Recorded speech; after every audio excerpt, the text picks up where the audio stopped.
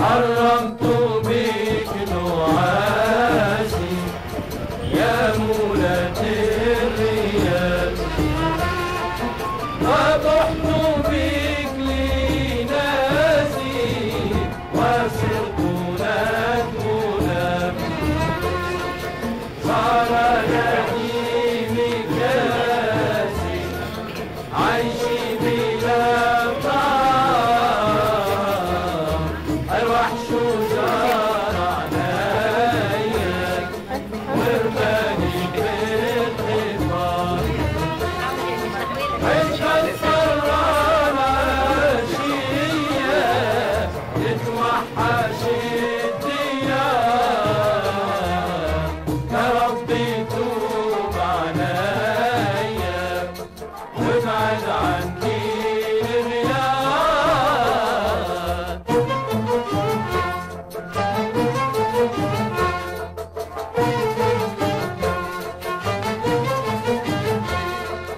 نتوحش الحبايب، خايف من الرقيب، والقلب عنهم دايب من شدة اللهيب، يا جملة الحبايب راني أمسيت غريب.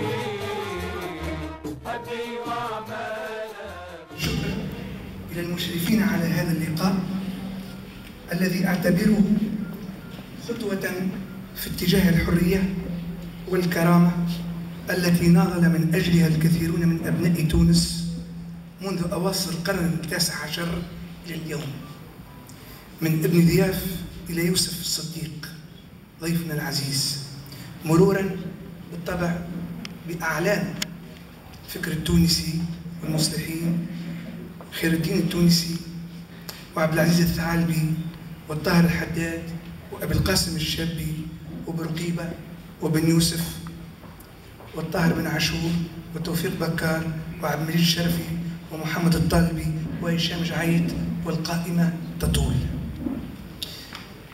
بالإضافة إلى غيرهم من المبدعين مثل محمود المسعدي، شعراء وروائيين ورسامين ومسرحيين وسينمائيين.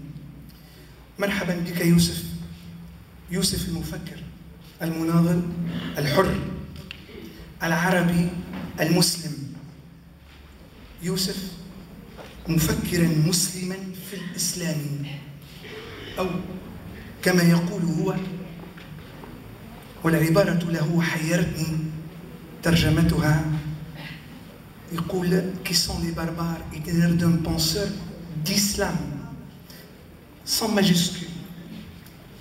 قد يفسر لنا هذا فيما بعد، أن هذا فهمي. قلت مفكرا مسلما في الإسلام. سمح الله من ورطني في هذه المحاورة، هو يعرف نفسه، أستاذ منصف القيابسي ألح إصرارا على أن يكون ذلك كذلك، وما كان لي أن أرد الدعوة. شرف كبير لي أن أحاور مفكرا من هذا الطراز.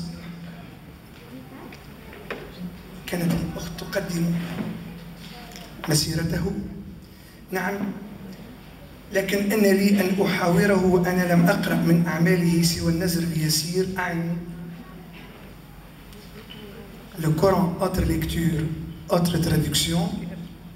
ثم هذا الكتاب الذي بين يديكم، هل قرأنا القرآن أم على قلوب أقفلها؟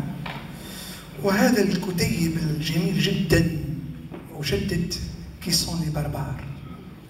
وبالمناسبة أنا أدعوكم جميعا أن تقرؤوه، وأدعو الأخ نوري عبيد أن يناضل إن قبل الأستاذ في تعريب هذا الكتاب، نظرا لعمقه ولشجاعته في مواجهة الآخر وراء البحر. أنتم كلكم تدركون اليوم أن القارئ باللغة الفرنسية عزة، وإن وجد فهو قد لا يقدم على هذا. مصيرنا رهين التعريب، أبينا أم شئنا. طبعا التعريب لا التخريب، أقصد التعريب الجميل. وأيضا لا أستطيع إلا أن أشكر معرب هذا النص، لأن النص في أصله الفرنسي عسير وصعب، وفي نسخته العربية يبقى أيضا صعبا رغم ما يبدو من بساطة أحيانا.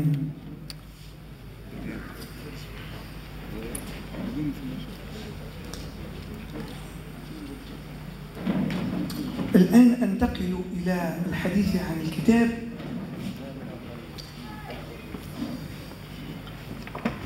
طبعا نحن نمر اليوم بلحظة عصيبة جدا، وهي عسيرة وقد كبدها يوسف. وأنتم تعرفون أن الفيلسوف حين يواجه الكتاب المقدس يصبح الأمر.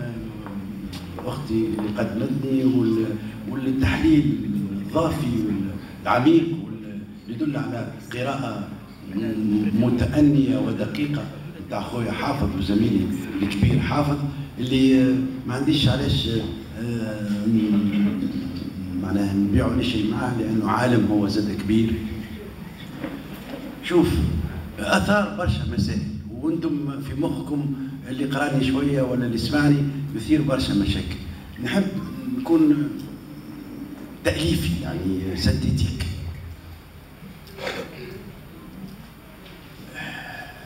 انا كيف قريت في الانثروبولوجيا النص المقدس 3 ديانات قريتهم، اللي غرت منه لانه باقي القران كما بابا باهي ولا خايب ولا ترجيل الاخرين اعمال التوراه والانجيل.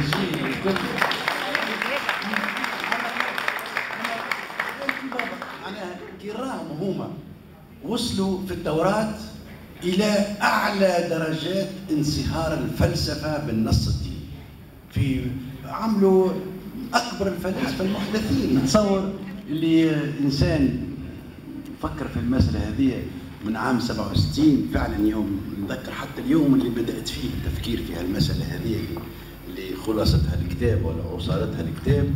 ما عندوش مزيه كيف يلقى برشا حوايج ويحاول يحطهم في، ثم ما عندش مزيه ايضا المزيه الكبيره لتونس اللي الاهل والمعلمين اللي خلاوك فعلا يعني تنصهر في الثقافه الكونيه قبل كل شيء، دون ان تجتث من ارضك ومن اصلك ومن كذا.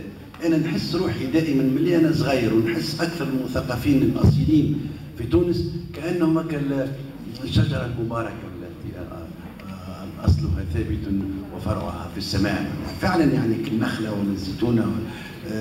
اذا معناها انا نتاج كيفاش الزيتونه كثمره تتفخر ولا تحسب روحها حاجه تشيشه ولا طريف قدام الزيتونه نفسها الشجره تقعد 4000 سنه. ولذا ياسر بصدق يعني احرج من كل واحد يشكر فيه الحقيقه. الرياضيات ليس كمثل شيء، برا مع شيء كل ما تقول ما تصحش. المرء ليس كمثل شيء وهو السميع البصير. شوف الدرجات، السيد اللي العادي يخدم من يد الله وانه يضرب وانه كذا وانه يكسر وانه يجيب كحول لن يطمثهن انس ولا جان براسك، لكن بالنسبه للحور والجنه والمجاز اللي هو معطى ربي يشوفوا معناها كيفاش يتناقض تماما، الا ان تختار بين المتناقضين. كيفاش تناقض بين يا ايها الناس اتقوا ربكم الذي خلقكم من نفس واحده. يعني ما ثماش جنس، وخلق منها زوجها، زوجها يعني لا